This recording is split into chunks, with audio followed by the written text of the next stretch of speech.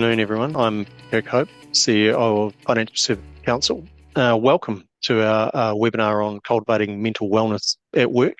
We're really lucky to have industry experts in New Zealand mental health to learn how to recognise early warning signs of stress, set boundaries with colleagues, and practical tips and strategies to implement and share with your teams. I'll just introduce you to the panellists. Anngret Sisask, who's a Senior Psychologist and Supervisor from Lifespan Counselling and Rehab.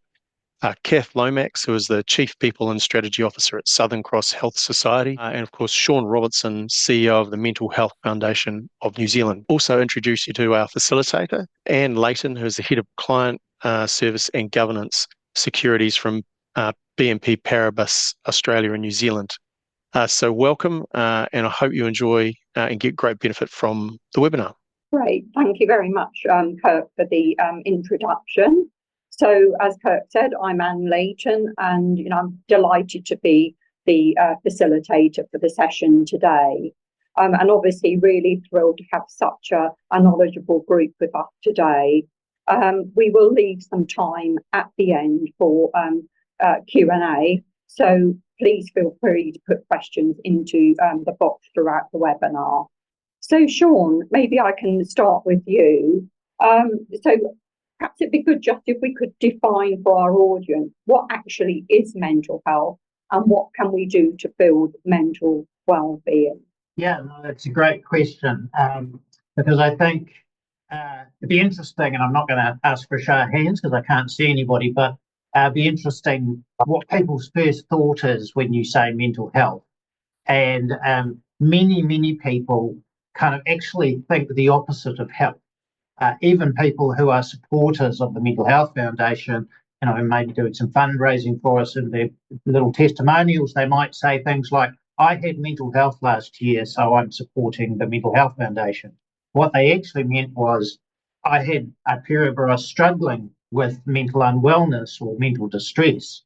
But we automatically seem to sort of use the term mental health to mean something negative. I mean, we wouldn't say, I had physical health last year, meaning I was physically unwell, but we do that with mental health. So there's this automatic negative bias.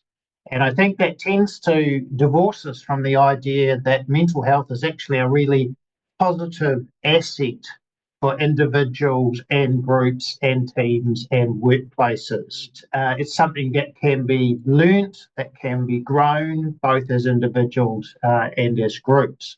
So because of that kind of negative bias, I think we have tended to think about mental health kind of as in just two dimensions, really. So, one end of a line, you've got mental illness or mental distress or symptoms of mental unwellness, which is kind of scary and unknown and we don't like it. And then the other end of that line is just not that. Just get rid of those things, get rid of those symptoms, get rid of those scary thoughts and feelings, either of ourselves or other people. And a lot of our response to mental health has been based on that very two-dimensional view. So, we have treatments, we have medications, we have counselling and therapy, all of which are very important. I'm not meaning to diminish those. And in fact, I avail myself of them frequently, but they're not the whole picture. And so I think a really useful way to add to that picture is to sort of think of a vertical line that sort of crosses the horizontal. And that's, at the top of that might be this notion of flourishing. And perhaps at the bottom of that is a notion of languishing. And these were terms that were brought in by Professor Corey Keyes, who was a very prominent academic, and really one of the key proponents of this kind of study of positive mental health. And the notion of flourishing is that state of being where you're essentially optimistic, have goals, are engaged with the world around you, have a sense of purpose in your life, and that tends to flow into all aspects of living, into your relationships, into your physical and mental health, into your work and your relationships at work, etc. And then languishing is kind of the inverse of that. Some other academics, Friedman and So, have described it as a hollow and empty life. And it's kind of not necessarily being clinically depressed, but kind of having a fairly low mood as your kind of routine way of feeling, not having a strong sense of self-esteem, kind of control over your life, not really being sure where your life is going, not having strong goals. And, again, that tends to flow into every part of your life. And I often say, in a work context, who would you rather be working next to? Someone who is flourishing or someone who is languishing? And what would you rather the characteristics of your team were, that you had people that were on the whole flourishing or on the whole languishing? Now, I want to add that flourishing doesn't mean that every day is wonderful, nothing ever goes wrong in your life, there's always bright flowers on your desk and it's always sunny.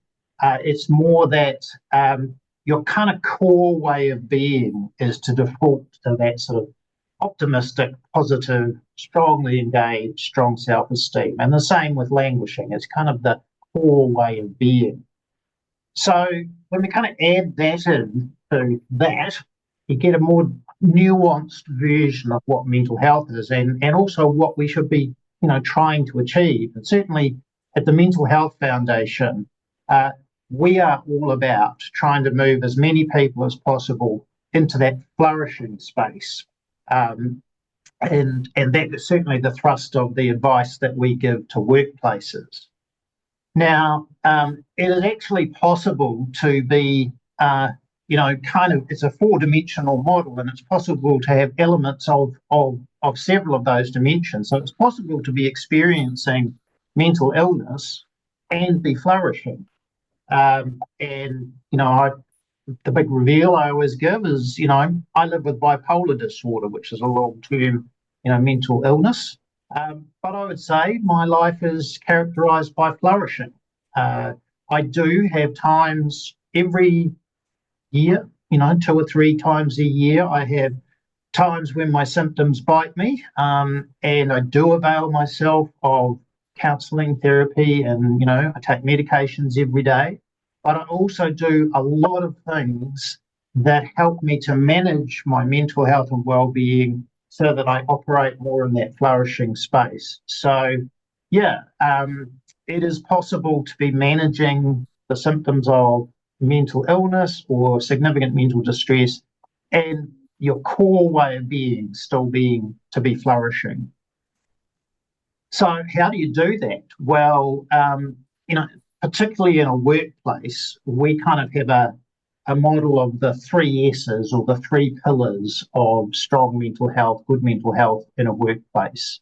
And again, if you're just on that 2-dimensional model, you probably only go to one of these. But if you're thinking about the flourishing, languishing, and that fuller view of mental health, then the 3 S's are important. And one is that a workplace needs to be mentally and emotionally safe. So just like it needs to be physically safe, and people can't cut themselves on sharp objects or fall off a balcony that doesn't have a rail. So a workplace needs to be working at not doing damage to people's mental and emotional well-being. And that can be everything from workloads to bullying and harassment, to homophobia, sexism, racism, unconscious biases. There are all these things that can do damage to people in a workplace. And if we're really going to address mental well-being and create that team that is flourishing, then we need to be actively trying to diminish those things that can do harm. The second S, so that's safe. The second S is strong. So this is the positive mental health stuff. This is where we sort of step into the activities, the understandings that build not just resilience, but build that sense of flourishing. And, there are numerous things that you can do in a workplace to do this. The 5 Ways to Wellbeing is a great framework of behaviours, kind of activities, sort of types of lifestyle, little lifestyle habits that have a scientific basis to show that they build positive mental health and well-being. And there are things like connect, so connecting with other people. We are social animals. Give, being generous with your time, with your spirit to other people. It just so happens that to give actually is to receive. Take notice, so taking some time to kind of be in the moment and truly relax and be in the moment rather than be planning or ruminating about the past. Be active, so a degree of physical activity is really important to your mental health and well-being. And then keep learning, and that's not necessarily about formal education attainment, but keeping your mind open and active. And now the Mental Health Foundation actually has a toolkit of how you can apply the 5 Ways to Wellbeing in a workplace environment. So I won't go into great detail because I'm sure I'm running out of time. But there are so many ways you can incorporate those activities into the way you run your workplace. You don't need to know the science, and I'm not a scientist, but for those that like to know a little bit of science, one of the reasons why behaviours like moving or spending time with people or learning something new, I'm just learning some new things on the guitar over the weekend, or spending time in nature and just really noticing it. The reason those things actually impact our mental health and well-being, one of the reasons is that they activate the different hormones and body chemicals that we need to have a healthy mind. So dopamine, oxytocin, serotonin, endorphins. Most people know that we create endorphins if we do some exercise, even mild exercise, but we create, dopamine by learning something or achieving something. We create oxytocin when we spend time with people, that connection. So when I'm feeling unwell, or I'm feeling the depression, coming on, or when I'm down in the depths of it, believe me, I still do get down in the depths of it. Yes, I take my medications and I double down on that. If I need to, I go see my, doctor or get some counselling. But I also double down on those behaviours every day. I make sure I have some time talking to somebody, whether I feel like it or not. I can distinctly remember deadheading the lavenders and feeling stink, but I knew it was doing good for me. I make sure I go for a walk, even if I'm feeling terrible, because I know what I'm doing is I'm just giving myself little micro doses of dopamine, oxytocin, serotonin, and endorphins, and slowly it kind of rebuilds the balance in my system. So you don't have to know that. You don't have to worry about that. Just do the stuff and build it into the culture of your workplace, and you'll see the results. Many thanks, Shaun. That was really an interesting overview, and thank you for being so transparent on your own journey. So Anngret, maybe if I can hand to you then. So as a psychologist, it would be really good to hear from you on workplace stress, some of the causes of stress, and signs of unwellness to look out for. Yeah, kia ora everybody. I'm Anngret, and nice to see you all here. And thanks, Shaun. That's very much tying into what I'm going to be talking about. And stress. We had a little bit of a poll, so if someone could pull the poll up, and people can answer the question as describing stress, because obviously stress is different for everybody. And I suppose how we recognize it, whether we recognize it, is another question. So that's going to be the core of what I'll be chatting about. Starting with stress, I suppose not all stress is negative. Optimal stress is definitely very good for us. It motivates us. It helps us get out of bed. It keeps us safe. And the problem that we have, though, in the workplace at the moment is that we're all on real high adrenaline mode. That means that we're on high stress all the time, and we hardly recognize it. And that's when it starts to cause us issues. So even if we think about poor mental health challenges, it all starts with stress that's been unmanaged, unsupported, and where really the resources that we have, the personal resources or what's around us, the resources we have no longer meet the demands. So that we have a bit of a mismatch. Also, an interesting fact about stress is that actually, if in a workplace we are really underwhelmed, some research tells us that that's almost as bad as being unemployed. So not having enough challenge isn't good necessarily either. Some of the stresses come obviously from the workplace. Some of the common things that I've seen, I see very stressed people every day, and some of the things I've seen is incivility in the workplace, lack of autonomy, for example, no flexibility. Obviously, bullying, harassment, the things that Shaun mentioned before, no variety in tasks potentially, and also the emotional labor. So many of us work in jobs where we have to manage conflict, when we have to really work with people who present with high emotion and have to cope with that. So all of that kind of adds to that stress. And then I suppose we also have this part where we self-generate stress. And when I mean self-generate, there's probably a couple of things there. So I suppose little things like multitasking. We choose to multitask and people think that they're very good at multitasking, but evidence shows us different. We're actually much better at doing one thing at a time and getting that done properly. And I think we're all quite guilty of trying to multitask. If you have simple tasks, then yes, but I think in the workplace, typically, it's never going to work out very well. Other things we have that come from ourselves that we can really work on are things like having unrealistic expectations. Could we manage them a bit better? Are these things causing us stress that doesn't need to be there? Or procrastinating, or things like reacting to situations. Learning to stay calm is a really good skill. And I really encourage everybody to, in any situation that happens, even if it's a small situation, practice staying calm. It will really make you feel empowered. It feeds into what Shaun was saying about the whole flourishing thing when we start to feel good about ourselves. And I think in organizations, in terms of management on an organizational level, I think the higher you can lift the mental health literacy, the better the people will be and the overall emotional intelligence. In terms of signs of recognizing when people are stressed, I have to say mental health and being overly stressed, it's difficult sometimes because it can be really invisible. And people are very good at pretending to be okay.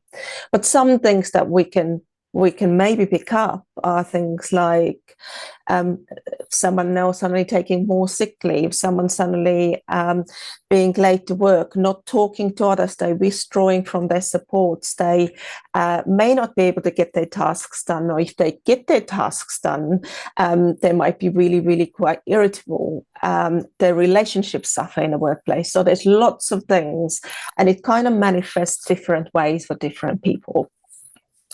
On individual level, I suppose, what I encourage, there's so much information out there, or what we can do to help ourselves, and it's more about just doing something than nothing, and doing one thing at a time. Not trying to work on a million things at once, make changes to now suddenly start to manage your stress or improve your mental health. But if you just start with one thing and make that consistent, then that's a win, and you can move on to something else. Good to ask yourself, how is what you're doing at the moment working out for you? So the coping strategies are there, but are they actually working? If they're not working, no point using them. Let's look at what are the other things that we can come up with that could be more helpful.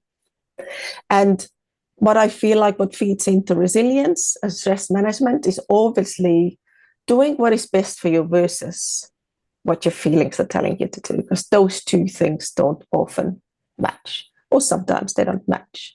So really thinking about, am I ready to do a difficult thing now for a greater reward later.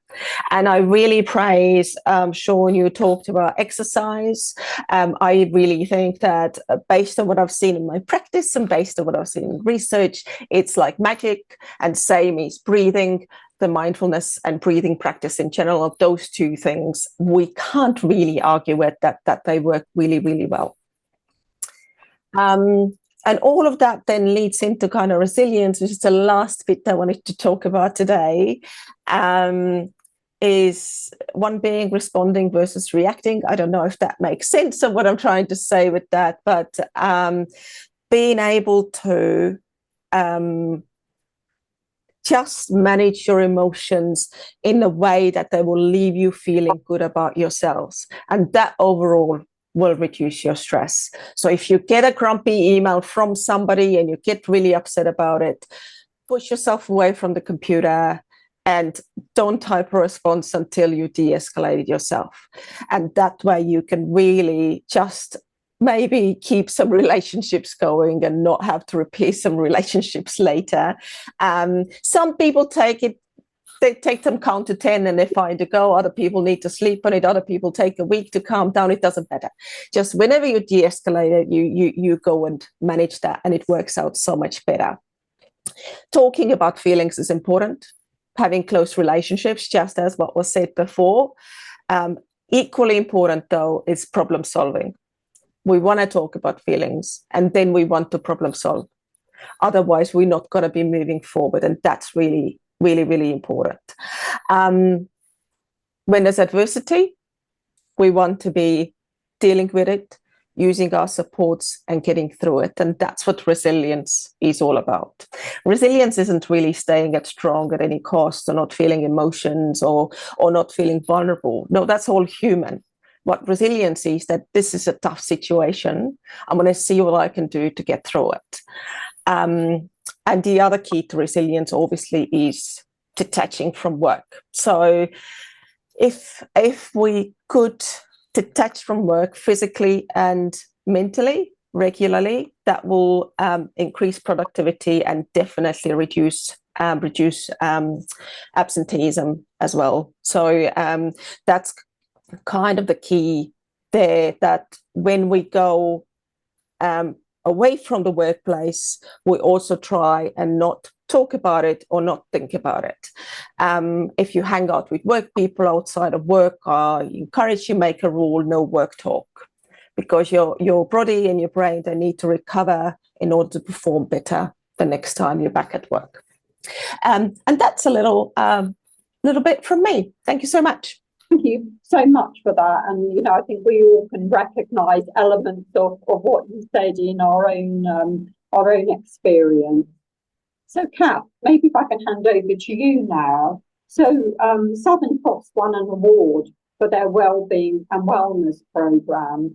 So it'd be great if you could outline some of the drivers for this programme and the action that was taken to better support mental wellbeing. Thanks. Kia ora, everyone. Yeah, great to be here.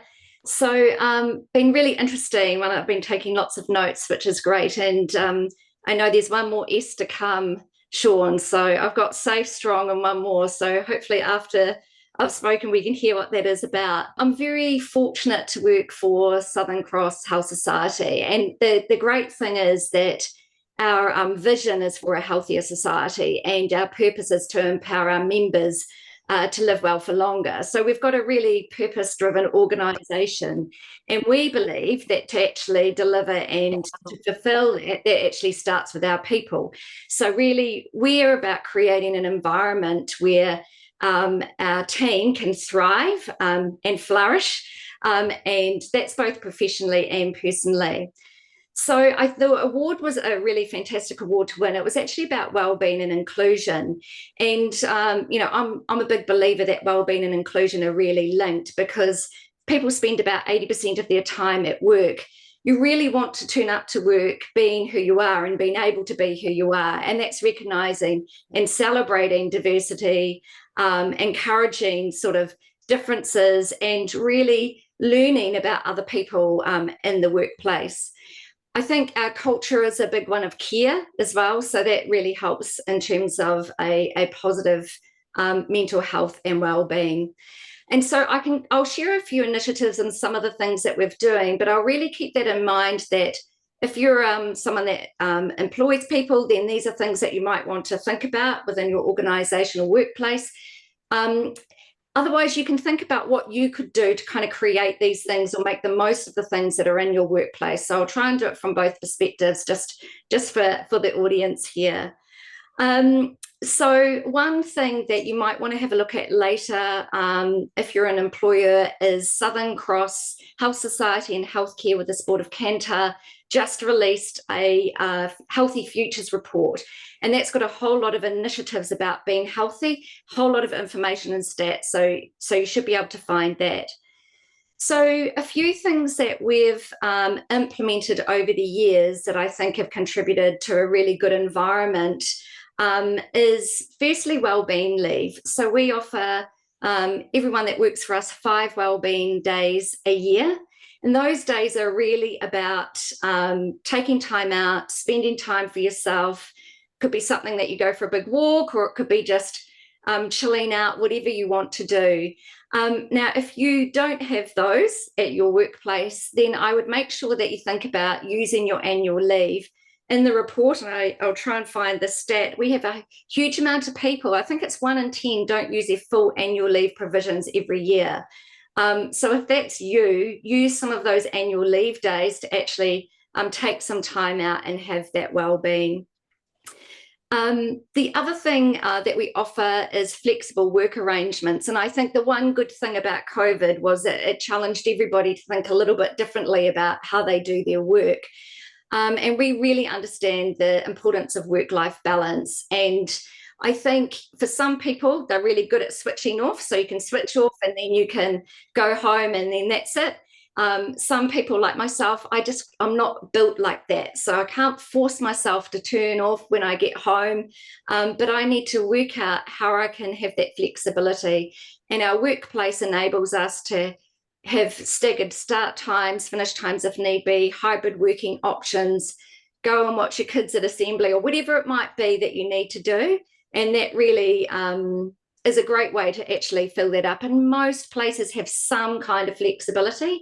There's always that kind of balance to get right, but really utilising those, I think, is really important. One of the other things we've done, which is a program called Switch to Well, and if you don't even have this program, these are some of the things that were talked about earlier that you could bring into your workplace.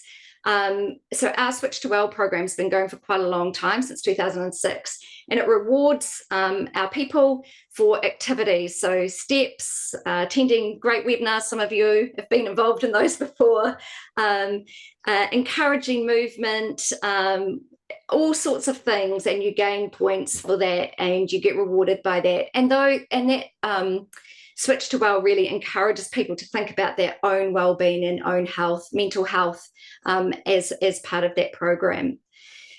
I think just we'll touch on one thing which I mentioned earlier, which was about diversity, equity, and inclusion. And I think, we were big believers in about people bringing their authentic selves to work. And this is the great thing about this at Southern Cross, is that it's employee-led. So it's not someone that's organising everything, and it's really led by our people. We have so many people, participants, and our steerco now, it's co-chaired by 2 of our people, and they organise, there's events, we provide tools, for example, neurodiverse employees, all sorts of things that we provide learning. And really, I think everyone can get involved as much as they want to with that. And that really can help with some of those unconscious biases or things like that, as understanding different perspectives. One comment recently by someone, he was absolutely blown away that we'd be celebrating his culture at a workplace. And I think those things have worked really well for us at Society. So we've got good engagement scores, and we've got great participation in our Switch to Well programs. 82% of our employees feel that their background and identity are really reflected in the policies and process and things that we do. But I do think that it's something that we have to work on and keep up with. It's not something that I think we can sit there and just let it continue on. We have to be learning, finding out more, and making sure that we're providing a really good, safe environment for our people. So, yeah, those were the main things for me. Thanks, Anne. Great. No, thank you so much, Cath. That was really insightful. So I might pick up on one of the points that you touched on, particularly around some of the benefits that you have seen since COVID, and increasing number of people are either working from home fully or in a hybrid sort of office home structure. So Shaun, maybe if I can come back to you. So any thoughts on how this has impacted on mental health?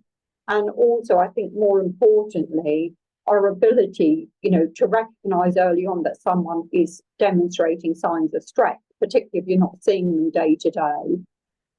Yeah, thanks, Anne, and thanks, Cath, for spotting that I got so enthusiastic about talking about positive mental health. I forgot to give you the third S.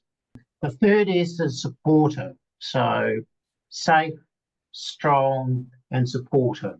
And just very quickly, supportive is basically that even if we make our workplaces 100% mentally and emotionally safe, even if we've built up that kind of positive mental health and resilience and strength, people are still going to go through tough times, because a lot of our mental health challenges actually come from life events as well as from long-term illness.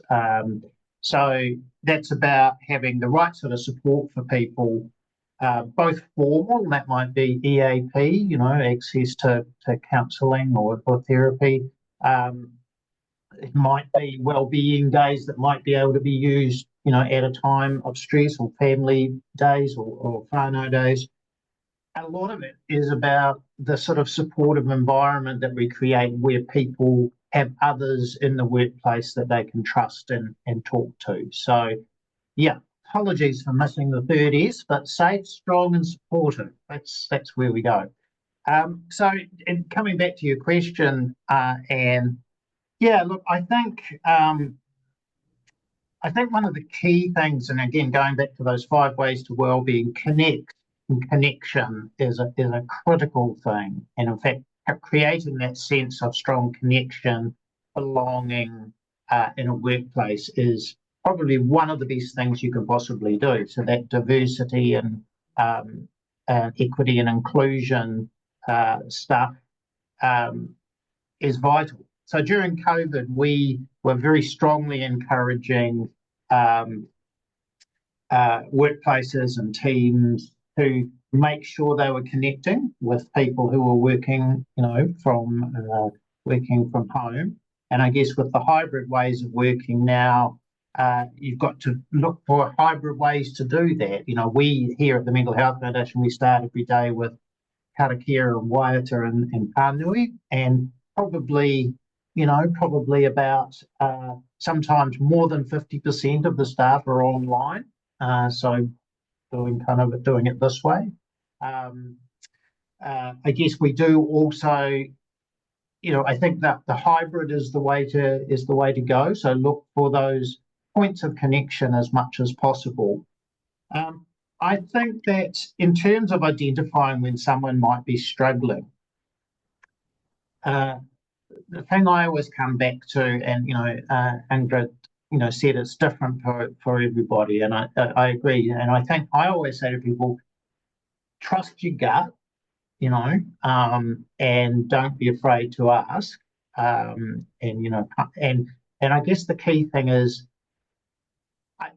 there something about the way someone's behaving that is different from how they usually are or often are? So for some people, they become more extrovert, more outgoing, more jolly, Some people eat more, some people eat less, some people sleep more, some people sleep less. Some people throw themselves into their work, other people become disengaged. But it's usually a kind of something is different, and as a colleague or a team leader or a manager, you will often have a sense of that. And then I think the key question is, you don't, it's kind of like framing it as, you don't quite see yourself at the moment. Is everything all right? I'm here if you want to talk, and set that up in a situation that's going to be safe. So don't do it in the tea room in front of everybody else. Look for a time and a place where the person's going to feel safe to respond to you. Don't expect that they're going to go, oh, thank you, yes, I'm going to tell you everything. They may essentially tell you to F off, but because sometimes it can be very hard to admit that you're struggling. And again, just sort of, I guess it can be difficult, but just say, look, if you do need me, I'm here, and just kind of keep that door open. And then the other thing that people often say to me is, oh my goodness, what if someone says, no, I'm not okay? What do I do then? And I think, again, that one of the key things there is just empathy, really. Like, you don't have to solve the problem. You don't have to be the counsellor or the therapist that would put Anngret out of her job. You just need to show human empathy for the person, and kind of, you can help to guide them towards what they might need. But I had a classic the other day. When I was younger and I was struggling with my bipolar, sometimes I would ring my mum, and my mum just wanted to fix everything, like all mums. And one day I had to say to her, Mum, just listen. I don't need you to fix it. You can't fix it. I just need you to hear that it hurts, And interestingly, I had exactly the same thing with my daughter the other day. She rang me and I was giving her all this advice, and she said, Dad, just shut up. I just want to tell somebody that it hurts, So, yeah, I think it's just being there and kind of acknowledging that, that sounds really hard. It must be really difficult for you. Do you want EAP? Do you want, do you think maybe perhaps you should go see your doctor? And just more in that supportive, stepping alongside the person. Then I think getting into that supportive space, it's kind of like, what does that person need in the workplace? So if someone, gets COVID, we make accommodations for them, and or if they get the flu, or if they break the leg, we make accommodations for them. But often if they're depressed or anxious or going through a really hard time, we're not quite so clear about making accommodations, but maybe we do need to make accommodations. And maybe, and that needs to be something that's worked out with the person. It's not, well, whatever you want, don't have to do any work, you never have to come into work again, it's fine. It's kind of got to work for the workplace, but it should be developed in partnership with the person. So yeah, that I think, neatly ties up that kind of third S of supportive with, how do we do that when we're online? Fantastic, Shaun. Thank you so much. So, Anngret, I might pass over to you on this topic. So, because I think, that whole change from being in the office 5 days a week to perhaps either being fully at home or hybrid has had quite significant impacts on people. So would appreciate any thoughts you have on this. Yeah, so I think, like Shaun said, that the main thing is becoming disconnected. But actually, what we've learned is that it really depends on the person. We found out that somebody who can be in the office and can have the flexibility to be at home might now be actually performing so much better. And we've seen the opposite as well. So even now that the research is still coming out after COVID, that if we had, they've seen that people who only now they've gone from office to fully working from home, there are many people also who actually have then suffered with really poor mental health, and their anxiety has increased. So I think my point is that it really depends, and it should really be a conversation between the person and the manager to work out what's best, what makes you more productive here, where are the distractions there, and if you work well at home, or it might just be that when we have that flexibility, we feel in control. And that's what we want. We want autonomy. That's one of the core needs in the workplace. It's the autonomy. And if we have that control over the flexibility, we might just be producing the best results. If you have someone who's very insightful, who knows what works for them, what doesn't work for them, listen to them. And if you have someone who doesn't quite know, try guide them. Maybe do a trial. Do a trial of, let's see how this arrangement works, and if it does it work, does it not work, let's go with it, whatever works best. But the major risk is there, I think, that people get disconnected, cut off their supports, especially if they have jobs that are sort of quite significant emotional labor. I imagine when one is working in a call center job, and they might be dealing with people who are agitated, that they have to now deal with that alone, and they're physically alone in the environment as well, which might impact on them. So if there was just only one thing that you hope the people in the audience today do as a result of our conversation, what would it be? And perhaps if we can limit it to a minute or two each, that would be great. So perhaps to you first, Cath. Sure, just one thing that people can do. Well, I really like what I've heard around around some of the advice around the flexible working, and I think the one thing that people can do is make the most of whatever their organisation offers them, to help themselves. Or if you are an organisation, think about what you could be doing. Really survey your people and get how they're feeling about their well-being, and include that mental health. And actually, that will give you really good insights as to what, as an organisation, you could do. But then I think a big part is, if you can, is getting involved and going along to a session or something that you might not normally do, and that can really get you involved and get you connecting with people. Because I do hear what I've heard earlier is that big thing around connecting's really good, learning about other things. So that's probably the one thing. I've had a big list from employers, but anyway. Great, Cath. And maybe to you, Shaun, your one thing you hope people will do as a result of today's conversations. Well, I could cheat and say the one thing would be look at the 5 ways to wellbeing toolkit. So then I get 5 for 1. But honestly, I do think that it actually was developed in partnership with Southern Cross, so with Cath's output. But yes, go to the Mental Health Foundation website, look for the 5 ways to wellbeing at work. And there's heaps of good stuff in there. And really that notion of mental health as a positive asset that you can grow and develop in the workplace, that's a key takeaway, that it's not about looking for people that are struggling in the scary negative stuff. It is about how can we make a situation where we as individuals, including us as managers and leaders and all our teams, feel good and function well most of the time, which is another definition of flourishing. Fantastic, thanks, Shaun. And finally to you, Anngret, on your one item. I just noticed that the poll results came out, and we asked about, describe stress, and one of the most common answers was overwhelm. And I think my point is that every day I come across people who are really overwhelmed, and how they manage that is that they speed up. They try to do more, and I find that really counterproductive, and it's almost going, I'm not managing this well enough, I've got to do more, I've got to go faster, and I really wish that people would actually slow down.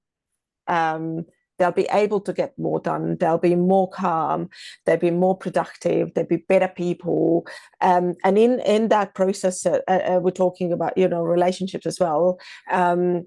We'll be able to tolerate each other's personalities better, and that kind of creates the harmony in the workplace too. No, thank you, Anngret. That's very true. I think we can all recognise that. I think that's great advice. So at the moment, we just have one question, which is a great question. So I might actually hand it back to you, Anngret. So the question is, do you have any suggestions for getting the best out of a manager who has low EQ and is quite triggering when interacting with a direct report who is led by their EQ? So quite an interesting question. Interesting. So what was the behavior when they're dealing with the employee? What's the, who has low low emotional intelligence, right? And so the good news here is that emotional intelligence can be developed, but it comes down to obviously the insight and how well this manager would take feedback. So if they open to feedback, would be the way to go about it, in my view, building a rapport and building that emotional intelligence. I run quite a lot of sessions for managers, leader EQ sessions, and it's all around building the insight so that we can develop those skills. It's all about recognizing my emotions, recognizing other people's emotions, and then learning to regulate that. Yeah, so it can be learned. It's just that dependent on what the workplace is like and what the relationships are like of the way you go about it is probably something that I can't give any specific guidance on. I think there are always going to be differences in people's skills and personalities, and the more we get into leadership roles, the more that kind of reflects perhaps both our strengths and things that are not so strong for us. Fundamentally, workplace well-being is about the culture of the workplace. So yes, individuals may be, an asset or a detractor from that, but fundamentally, if you work on that culture as a whole organisation, then it becomes less dependent on an individual. So thank you, to our panelists. I'm kind of conscious, that we've got 8 minutes to go. So, really big thank you to Shaun, to Anngret, and to Cath, for sharing their very valuable insights. I've certainly got a lot out of today's session. It's been really an enlightening discussion, and I'm sure and I'm hoping that everyone in the audience also gained a lot of valuable information. So I'm now going to hand back to Kirk for some other closing remarks. Thanks, Anne, and thanks to all the panelists. I think there was a lot in there for people to digest and learn about, and a set of really helpful frameworks and tools to ensure that they are being well all round in the workplace. Look, I just want to talk about a couple of upcoming events for the FSC. In November, we've got a webinar which is connecting with Kiwis, so strategies for reaching New Zealand's diverse consumer groups. And also we've got an end-of-year function both in Auckland and Wellington, and we'll be launching some research. Those events are currently open to members. So just once again, thank you to the panelists, really such amazing and in-depth insights. Thanks for the attendees, and thanks to the FSC team